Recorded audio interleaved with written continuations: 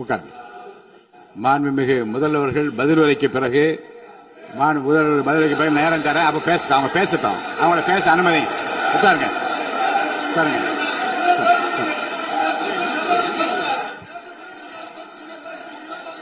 மாண்புமிகு அலோவ் பண்றேன் உட்காருங்க. மாண்பு உறுப்பினர்கள் நீங்க இங்க உட்காருங்க, அமைதியா உட்காரு. நீங்க எல்லாம் உட்காருங்க. உட்காருங்க உட்காருங்க. மாண்புமிகு நீங்க எல்லாரும் உட்காருங்க உட்காருங்க உட்காருங்க உட்காருங்க உட்காருங்க. அமைதியா உட்காருங்க. இருங்க உட்காருங்க. அப்புறம் நீங்க என்ன உட்காருங்க. நான் கொடுங்க உட்காருங்க. நான் பாயிண்ட் ஆஃப் ஆர்டர் கொடுங்க. நான் கொடுக்குறேன். உட்காருங்க உட்காருங்க உட்காருங்க உட்காருங்க உட்காருங்க உட்காருங்க உட்காருங்க உட்காருங்க உட்காருங்க உட்காருங்க உட்காருங்க. மாண்புமிகு முதல்வர் அவர்கள் கோர்வையாக நிதானமாக சொல்லிக்கொண்டே இருக்கிறார். நீங்க குறிப்பெடுத்து வைத்துக் கொள்ளுங்கள். பேசி முடித்தவுடன் நான் உங்களுக்கு அவகாசம் தருகிறேன். நீங்க ஒண்ணு சொல்லுங்க, என்ன என்பது நீங்க சொல்லுங்க. சொல்லுகிற வாய்ப்பை நான் உங்களுக்கு தருகிறேன். இப்போது மாண்புமிகு முதலமைச்சர் உங்கள் உரையை தொடரலாம்.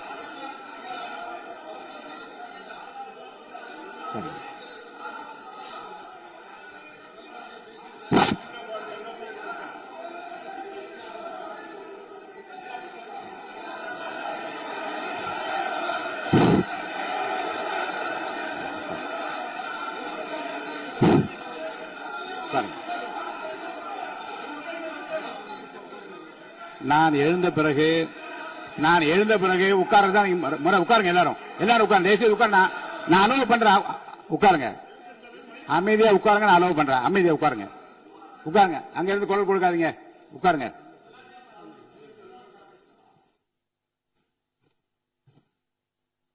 இனிமையான இந்த விவாதத்தில் இதுவரை குறுக்கீடுகள் இல்லாமல்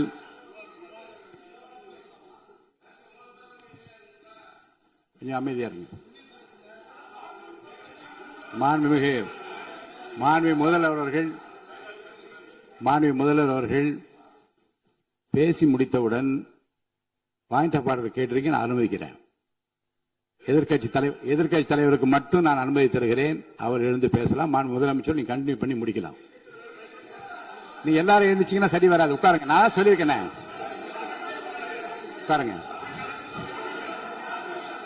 உட்காருங்க உட்காருங்க.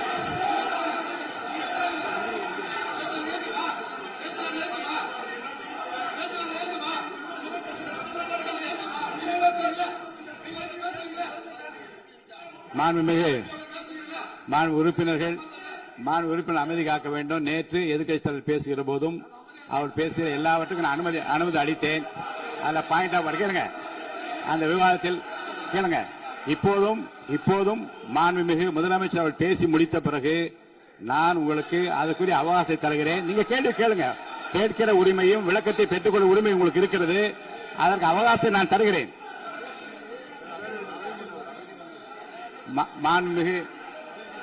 மாண்புமிகு உறுப்பினர் அமருங்க.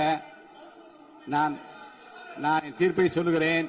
மாண்புமிகு முதலமைச்சர் அவர்கள் பேசி முடித்தவுடன் எதிர்க்கட்சி தலைவருக்கு அந்த வாய்ப்பை நான் தருகிறேன். நிச்சயமா அந்த கேள்வி கேட்கலாம். உட்காருங்க எல்லாரும். முன்னவர் பேசுங்க. மாண்பு பேரவைத் தலைவர் அவர்களே, இன்று இவர்கள் முயற்சி செய்வது அவர் ஆளுங்கட்சியாக இருக்கின்ற போது இருங்க, நான் சொல்லிடுறேன் பிளீஸ். ஒரே நிமிஷம் நான் சொல்லிடுறேன் பிளீஸ். ஆளும் கட்சியாக இருக்கின்ற போது நீங்கள் சொன்ன ஒரே வார்த்தை, நாங்கள் பேசி முடித்ததற்கு பிறகு குறிப்பிடுத்துவிட்டு நீங்கள் எந்த கேள்வி வேண்டுமானாலும் கேட்கலாம் என்று ஒரு முறையை நீங்கள் பின்பற்றினீர்கள். அதே முறையை இப்போது பின்பற்ற வேண்டும் என்று கேட்டுக்கொள்கிறேன். பள்ளிக்கல்வித்துறை அமைச்சர் மாண்புமிகு பேரவைத் தலைவர் அவர்களே, நேற்றைய தினம் கூட எதிர்க்கட்சி தலைவர் சொன்னதை முழுமையாக கேட்டு இறுதியில் ஒரு வாய்ப்பு தந்தீங்க. அதுவும் இல்லாம இந்த நேரத்தில் நேரலையில் நீங்களும் பாக்குறீங்க. அங்கிருந்து உரிமையில் விழித்து இந்த பக்கம் இருக்க உறுப்பினர்களை பார்த்து அப்படின்னு உரிமையில் விழிப்பதை உங்கள் மூலமாக கண்டிக்கிறேன். அந்த வார்த்தையை அவை குறிப்பிலிருந்து நீக்கணும். கண்ணியம் காத்து முதல்வர் முழுமையாக பேசுவதை காத்து கண்ணியம் காத்து இந்த சபைக்கு ஒரு மரபு இருக்கிறது. அதை மூத்த உறுப்பினர்கள் பின்பற்றபடி உங்கள் மூலமாக கேட்டுக்கொள்கிறேன். மாண்புமிகு முதலமைச்சர் அவர்கள் உரையை தொடரலாம். நான் தரேன். நான் உறுதியாக மாண்புமிகு முதலமைச்சர் அவர்கள் பேசி முடித்தவுடன் எதிர்க்கட்சி தலைவருக்கு அந்த வாய்ப்பு தரப்படும் என்பதை உறுதியாக சொல்லிவிட்டேன். இடையிலே குறுக்கீடு செய்யாமல் அந்த பேச்சு முழுமையாக பேசி முடிக்க நீங்கள் அனுமதி வழங்க வேண்டும் என்று கேட்டுக்கொள்கிறேன். அமைதியா உட்காருங்க. அவங்க பேசி முடிக்கட்டும், நீங்க கேளுங்க. நான் என்ன சொல்றேன், கேட்கிற உரிமையும் விளக்கத்தை கேட்டு பெற உரிமையும் உங்களுக்கு இருக்கிறது. ஆனா இடையிலே குறுக்கீடு செய்யாமல் அதை முடிக்கும்படி நான் கேட்டுக்கொள்கிறேன். மாண்புமிகு முதலமைச்சர் அவர்கள் தொடர்ந்து நீங்க பேசலாம்.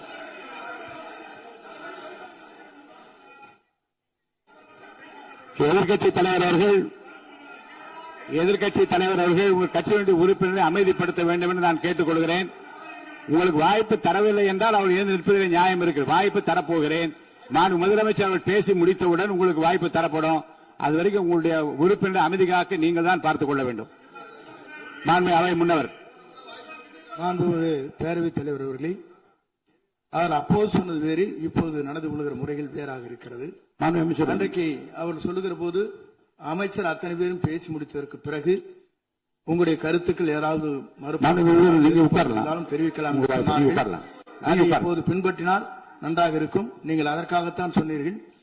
முதலமைச்சர் பேசியதற்கு பிறகு எதிர்க்கட்சி தலைவர் அவர்கள் பேசுவதற்கு வாய்ப்பளிக்கிறோம் என்று சொல்லியிருக்கிறார்கள். ஆகவேதான் அந்த வாய்ப்பை நீங்கள் இல்ல அது பதில் சொல்லணும்னு கேட்டிருக்காங்க. பதில் சொல்லணும் சொல்லியிருக்காங்க. பதில் சொல்லினா தங்க பிரச்சனை இல்ல, அப்படி இல்ல. ஆகவே இல்ல நேற்றைய தினம் நீங்கள் அப்படி பேசிக் கொண்டது ஆறாவது இல்ல. நேற்றைய தினம் உங்கள் பேசுகிற போது ஆறாவது குறுக்கிட்டார்களா? நீங்கள் பேசுகிற போது யாருமே குறுக்கிடவில்லை. நீங்க எவ்வளவு பேசினீர்கள், எவ்வளவு வார்த்தைகள் பேசினீர்கள் என்பதெல்லாம் எங்களுக்கு தெரியும். யாருமே இதில் குறுக்கிடவில்லை. இது முதலமைச்சர், எங்கள் முதலமைச்சர் எதிர்க்கட்சி தலைவர் பேசுகிறவர் யாரும் குறுக்கிட வேண்டாம் என்று சொன்னார்கள். அதை நாங்கள் பின்பற்றினோம். ஆனால் இன்றைக்கு நீங்கள் பின்பற்றவில்லை என்பதால் வேதனையாக இருக்கிறார். முன்னவர் நேற்று எதிர்க்கட்சி தலைவர் பேசுகிற போது அடுக்கடுக்காக குற்றச்சாட்டுல வைத்தார்.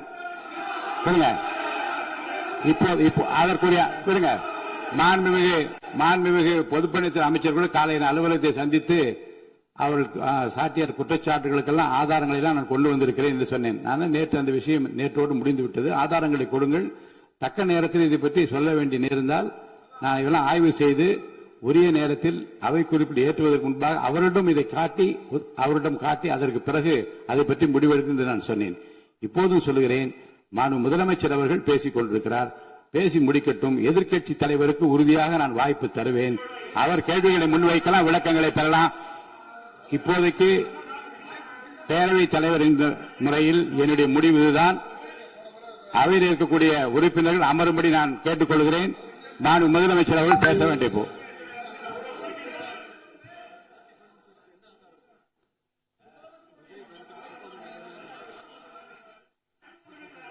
மாண்புமிகு இருங்க. அதை முன்னவர் பேரவைத் தலைவர் அவர்களே, நேற்றைய தினம் நீங்கள் முழுமையாக பேசினீர்கள். உங்கள் பேச்சுக்கள் எப்படி இருந்தது என்பதும் நாடறியும்.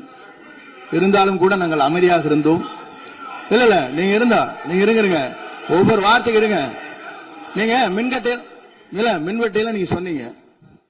உங்களுடைய முன்னாள் அமைச்சர் ஆற்காடு வீராசாமி இருக்கிற போது மின்வெட்டால் தான் நாங்கள் ஆட்சியை மாறியது என்றெல்லாம் சொன்ன கதையெல்லாம் இருக்கு. அதெல்லாம் சொன்னோம். நாங்களே அமைதியா இருந்தோம். அதுக்காக நீங்க தயவு செய்து எதிர்க்கட்சி தலைவருக்கு வாய்ப்பளிக்கிறார்கள். அந்த வாய்ப்பை நீங்கள் அவர் முதலமைச்சர் பேசியதற்கு பிறகு பேசினால் அழகாக இருக்கும். அவை முன்னர் பள்ளிக்கல்வித்துறை அமைச்சர். மாண்புமிகு பேரவைத் தலைவர் அவர்களே, அவர் ஒரே ஒரு வார்த்தையை தான் சொன்னார்.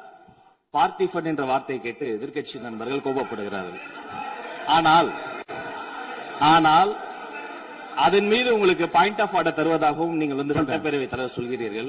நேற்றைய தினம் இதே போல வெற்றி தலைவர் அவர்களினுடைய வழிகாட்டில் வளர்ந்த நாங்கள் சகிப்புத்தன்மையோடு அவர்கள் பல வார்த்தைகள் சொன்னார்கள். புதிதாக சோஃபா மாடல் என்றார்கள், குதிரை பேரம் என்றார்கள், எத்தனையோ வார்த்தைகள் சொன்ன போது சகிப்புத்தன்மையோடு அதை கேட்டு பொறுமையாக இருந்தோம். குதிரை பேரம் எல்லாம் அவைக்குள் நீக்கப்பட்டு விட்டது. சரி, சோஃபா மாடல் என்று சொன்னார்கள். ஆதாரம் கேட்டு இப்படி எழுந்து நாங்கள் கொந்தளிக்காமல் ஒரு சட்டமன்றத்தில் ஒரு உறுப்பினர் எப்படி நடந்து கொள்ள வேண்டும் என்பதற்கு எடுத்துக்காட்டாக தமிழக வெற்றி கழகத்தின் உறுப்பினர்கள் நடந்து கொண்டார்கள். இப்போது மதிப்பிற்குரிய எதிர்க்கட்சி தலைவர் அவர்களே, உங்கள் ஊடாக நான் கேட்பது என்னவென்றால், அவர்களினுடைய கட்சி உறுப்பினர்களை அவர் அமைதிப்படுத்தி முதல்வர் அவர்கள் உரையை முழுமையாக கேட்டு சகிப்புத்தன்மைக்கு சட்டமன்றத்தில் இந்த பக்கம் மட்டுமல்ல அந்த பக்கமும் எடுத்துக்காட்டாக இருப்பதற்கு அவர் வழிவகை செய்ய வேண்டும் என்று உங்கள் மூலமாக கேட்டுக்கொள்கிறேன். பொதுப்பணித்துறை அமைச்சர்.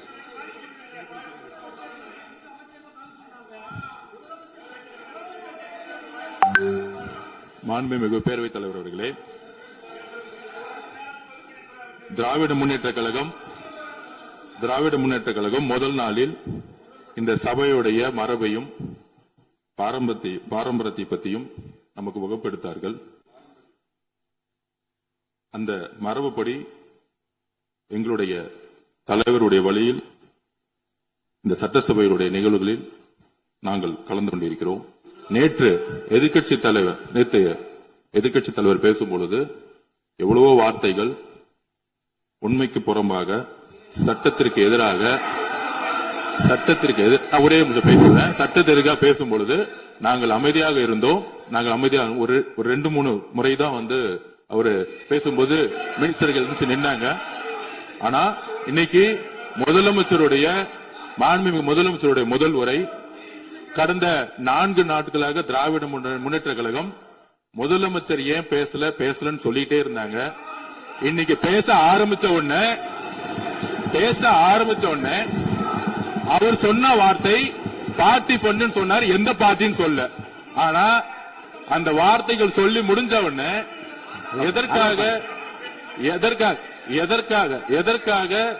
எதற்காக முதலமைச்சருடைய பேச்ச இவங்க குறுக்கிறாங்கன்னு தெரியல. நீங்கள் சொன்னது மாதிரி முதலமைச்சர் பேச வேண்டும். பேசிய பின்பு கருத்துகளுக்கு பதிலளிக்க அவர்கள் பதிலளிக்கும், நாங்களும் பதிலளிக்க தயாராக இருக்கிறது பதிவு பண்றோம். மாண்பு முதலமைச்சர் அவர்கள்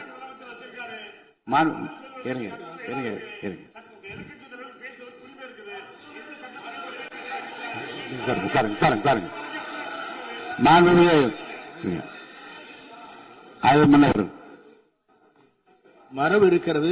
எப்போது வேணும் பாயிண்ட் ஆஃப் ஆர்டர் இருக்கலாம். இருந்தாலும் கூட நீங்க அந்த மரபை நீங்க கடைபிடித்தீங்களா உங்க ஆட்சியில? நீங்க முன்னவர் முன்பு எப்படி நடந்தால் என்பதை பற்றியோ, முன்பு நடந்த நிகழ்வுகள் பற்றியோ நீங்கள் சொல்லி மீண்டும் இந்த அவையினுடைய மாண்பை குலைக்க வேண்டாம் என்று நான் கேட்டுக்கொள்ள வேண்டாம். இப்போது உள்ள பிரச்சனை, மாண்பு முதலமைச்சர் அவர்கள் தன்னுடைய பேச்சை உறுதி செய்து முடிக்க வேண்டும். அவர் முடித்த பிறகு எதிர்க்கட்சி தலைவருக்கு நான் நிச்சயமாக வாய்ப்பு தருவேன். அவர் கேள்வி கணக்குகளை தொடுக்கலாம், சந்தேகங்களை கேட்கலாம், விளக்கம் தருவதற்கு மாண்பு முதலமைச்சர் அவர்கள் தயாராக இருக்கின்ற அமைதியாக என்னை அமரும்படி நான் கேட்டுக்கொள்கிறேன். இப்ப நான் அனுமதிக்க முடியாது. மாண்பு முதலமைச்சர் உரையை தொடரலாம்.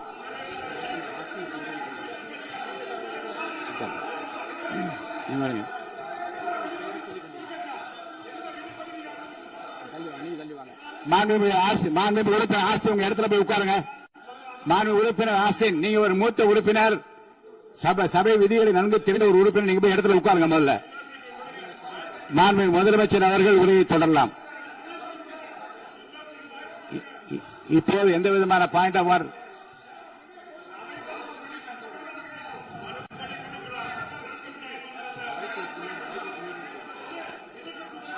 நான் வாய்ப்பு இல்லை என்று சொன்னால் நீ எழுந்து நிற்பதிலே நியாயம் இருக்கிறது. உட்காருங்க. வாய்ப்பு உறுதியாக எதிர்க்கட்சி தலைவருக்கு பாயிண்ட் ஆஃப் ஆர்டர் மட்டுமல்ல, உட்கார்ந்து அவர் பேசிய பேச்சுக்கள் என்னென்ன இருங்க, என்ன என்ன என்ன என்ன என்ன உங்களுக்கு சந்தேகம் இருக்கிறதோ, வினாக்கள் இருக்கிறதோ அதை நீங்க கேட்கலாம். அவர் பதில் சொல்வதற்கு தயாராக இருக்கிறார். பேசி முடிக்கின்ற வரை அமைதி காக்கும்படி உங்களை நான் கேட்டுக்கொள்கிறேன். மாண்புமிகு எதிர்க்கட்சி தலைவர் முழு ஒத்துழைப்பை நீங்கள் தர வேண்டும் என்று நான் எதிர்பார்க்கிறேன்.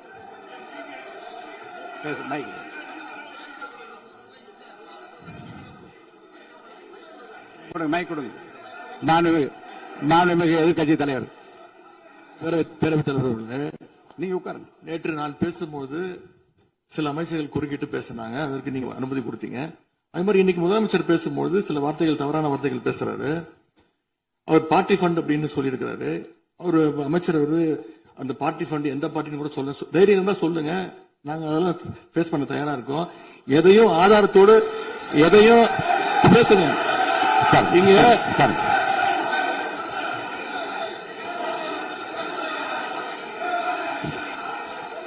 அது மாதிரி பேரவைத் தலைவர் அவர்களே, நேற்று நான் பேசி முடிஞ்சோடனே நீங்க அவை முடிஞ்சிருச்சுன்னு சொல்லிட்டீங்க.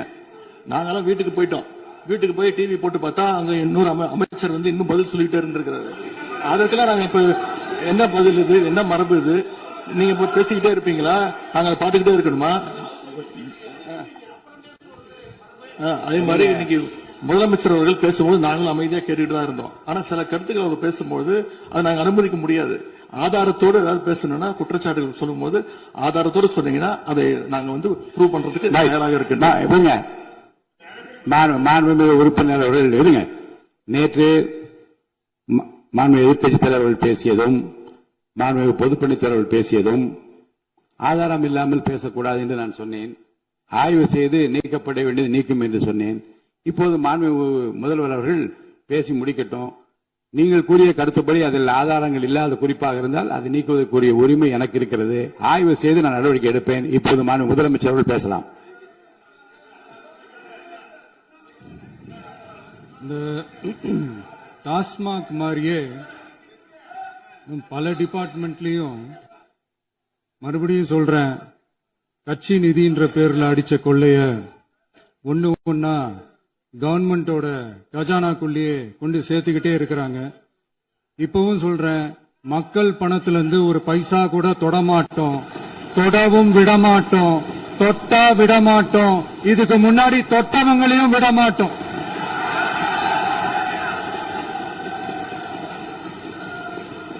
ஒவ்வொரு ஊழலா வெளியில வரும் போலே,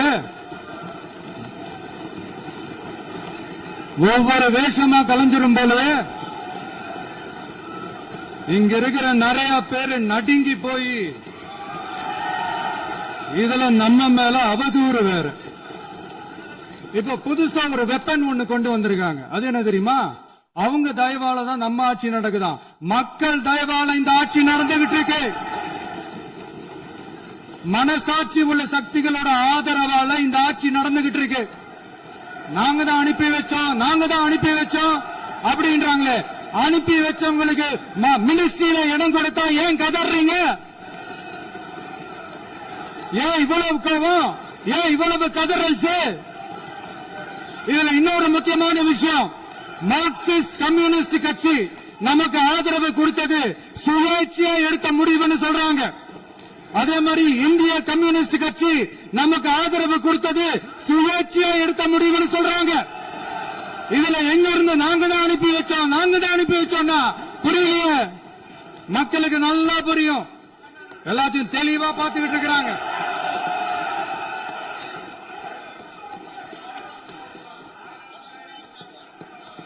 முதலமைச்சர் கண்டினியூ பண்ணலாம். முதலமைச்சர் முதலமைச்சர்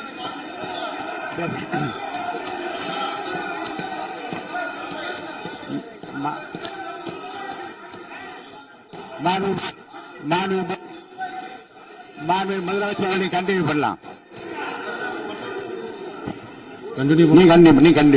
நீ கண்டினியூ பண்ணலாம்.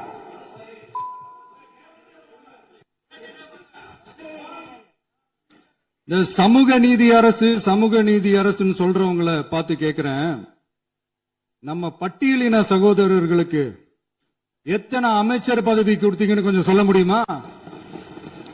ஆனா நம்மளுடைய அரசுல 8 அமைச்சர் பதவிகள் யாருக்கு? நம்ம பட்டியலின சகோதரர்களுக்கு.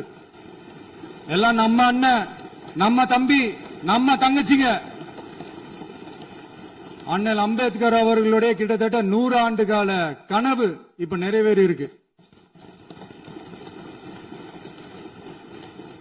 நான் ஏன் கொஞ்சம் சவுண்டா பேசுறேன் அப்படின்னா அவங்களுக்கு கேட்கணும்ன்றதுக்காக தப்பா எடுத்துக்காது.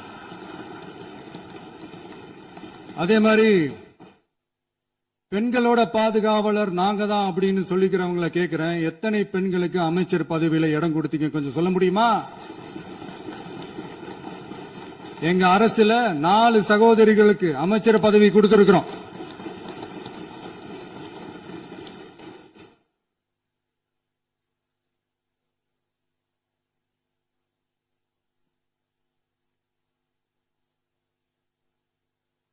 அதனால மக்களால் நிராகரிக்கப்பட்டு மக்களால் அகற்றப்பட்டவங்களுக்கு ஒன்னே ஒன்னு சொல்லிக்கிறோம், தப்பே செய்ய மாட்டோம், ஊழலே செய்ய மாட்டோம், நேர்மையா தான் இருப்போம், நியாயமா தான் இருப்போம் அப்படின்னு சொல்றவங்களால மட்டும்தான் கூட்டணி ஆட்சி அமைக்க முன்வரும்.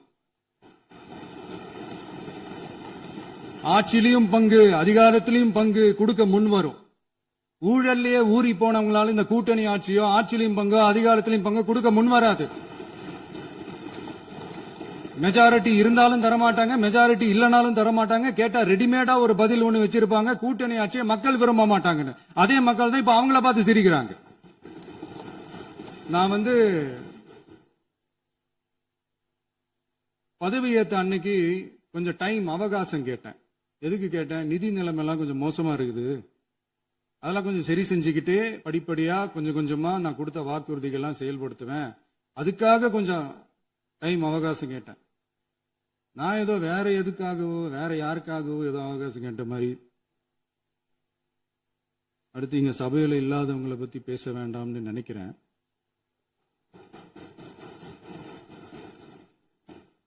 இங்க நம்மளை பத்தி அவதூறு பரப்புறதோட மட்டும் இல்லாம இப்ப நம்ம மக்கள் மேலேயும் அவதூறு பரப்ப ஆரம்பிச்சிட்டாங்க. மக்கள் நமக்கு ஓட்டு போட்டது தப்பா, குடும்பம் குடும்பமா நமக்கு ஆதரிச்சது தப்பா. இது இப்ப இல்ல, நான் சொல்றது எம்ஜிஆர் அவர்கள் காலத்திலிருந்தே. அப்பவே அவர் ஜெயிச்சப்போ அதே மக்களை தப்பு தப்பா பேசுறது. மக்கள் என்ன பண்ணிட்டாங்க, எம்ஜிஆர் என்ன பண்ணிட்டாரு, எம்ஜிஆர் என்ன இது பண்ணிட்டாரு. 50 வருஷமா ஒரே டெக்னிக்கா.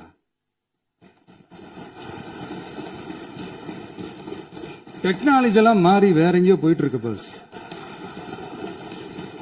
இதுல கொஞ்சம் டெக்னிக்காச்சும் கொஞ்சம் மாத்தினா கொஞ்சம் நல்லா இருக்கும்.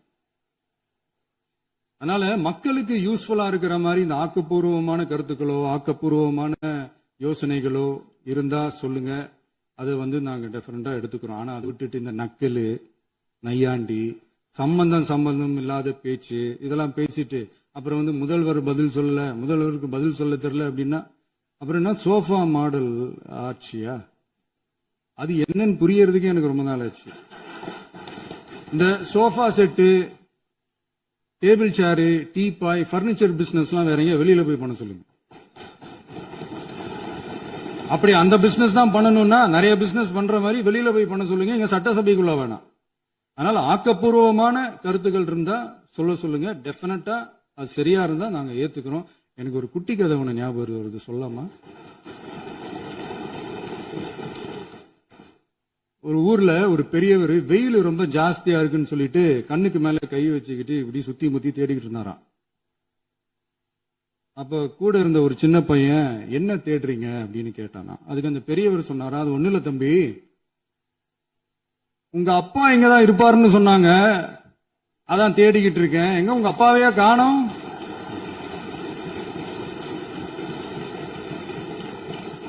இல்ல எங்களுக்கும் நக்கலா நையாண்டியா சம்பந்தம் இல்லாத குட்டி கதை இதெல்லாம் எங்களுக்கும் பேச தெரியும்.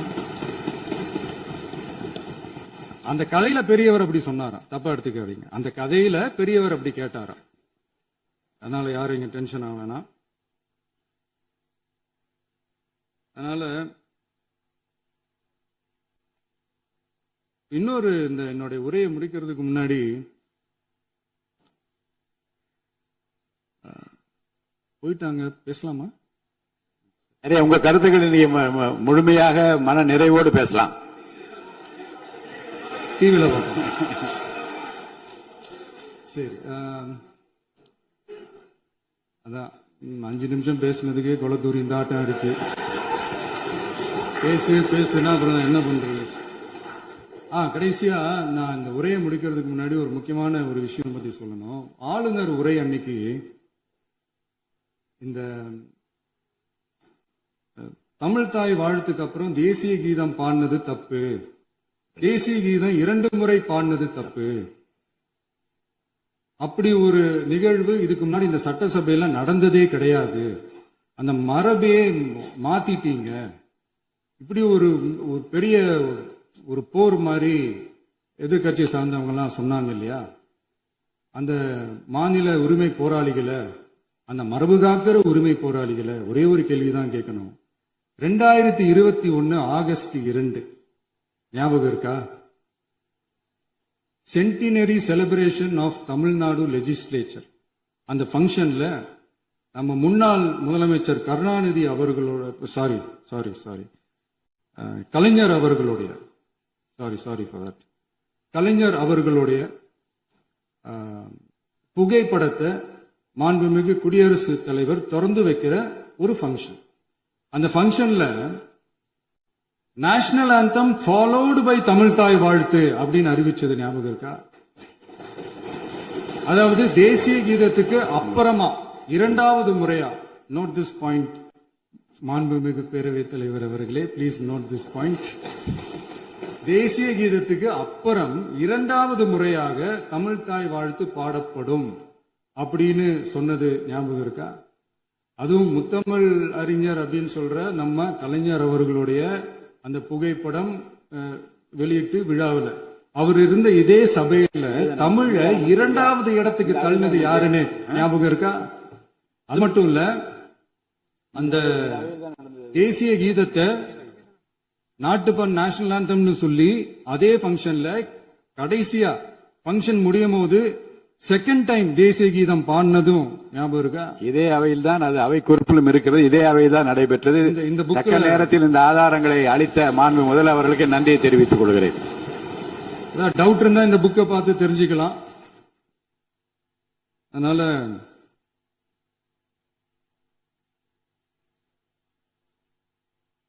இதெல்லாம் கேட்டா என்ன சொல்லுவாங்கன்னா, அது ஜனாதிபதி கலந்துகிட்ட ஃபங்க்ஷன், அதெல்லாம் அப்படிதான், அதெல்லாம் கண்டுக்க கூடாது அப்படின்னு சொல்லுவாங்க.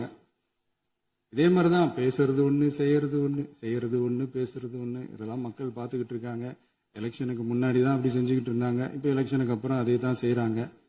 இந்த விஜயையும் சாமானியர்களின் உண்மையான சமூக நீதி அரசையும் அவமானப்படுத்துறதுக்கு தான் அவங்களோட அந்த பொலிட்டிக்கல் சீனியாரிட்டி அது பயன்படுத்துது போல. சரி, செய்யட்டும், நல்லா செய்யட்டும். இப்போ ஆனாலும் நம்மளுடைய மாநில உரிமை, மொழி உரிமை, உத்தம உத்தரர் போல வேஷம் போடுற எதிர்கட்சிக்கு ஒன்றை மட்டும் ஆணித்தரமாக சொல்றோம். உங்களை மாதிரி தமிழ்னு சொல்லிக்கிட்டு, மொழி, பண்பாடு, கலாச்சாரம்னு சொல்லிக்கிட்டு ரெட்டை வேஷம் போடுறவங்க நாங்க கிடையாது. உலகெங்கும் வாழும் என் தமிழ் சொந்தங்களுக்கு நம்முடைய உத்தரவாதம் தமிழ் தான் எங்க உயிர் நாடி அப்படின்றத மறக்க மாட்டோம். இப்பவும் சொல்றோம், மாநில உரிமையில எப்பவும் உறுதியா இருப்போம். அதே சமயத்துல அரசியல் வேற, ஒன்றிய மாநில அரசுகளுக்கு இடையே இருக்கிற நிர்வாக அணுகுமுறை வேற. இதுல நாங்க ரொம்ப தெளிவா இருக்கிறோம். அதனால எங்களுக்கு பாடம் எடுக்கிறதா நினைச்சுக்கிட்டு உங்க வேஷத்தை நீங்களே கொஞ்சம் கொஞ்சமா கலைச்சுக்கிட்டே வர்றீங்க, மறந்துடாதீங்க. அப்புறம் நேத்து எதிர்கட்சி தலைவர், மாண்புமிகு எதிர்கட்சி தலைவர் பேசும்போது நிறைய பேசினாங்க. அதுல ஒண்ணு மட்டும், அரசு சொல்றதா நினைச்சுக்கிட்டு நம்மளை இன்டைரக்டா ஈவில் அப்படின்ற அந்த வார்த்தையை யூஸ் பண்ணாங்க. எனக்கு ஒண்ணுதான் சொல்லணும்னு தோணுது. ஈவில்ஸ்னு டெவில்ஸ் பேசக்கூடாது.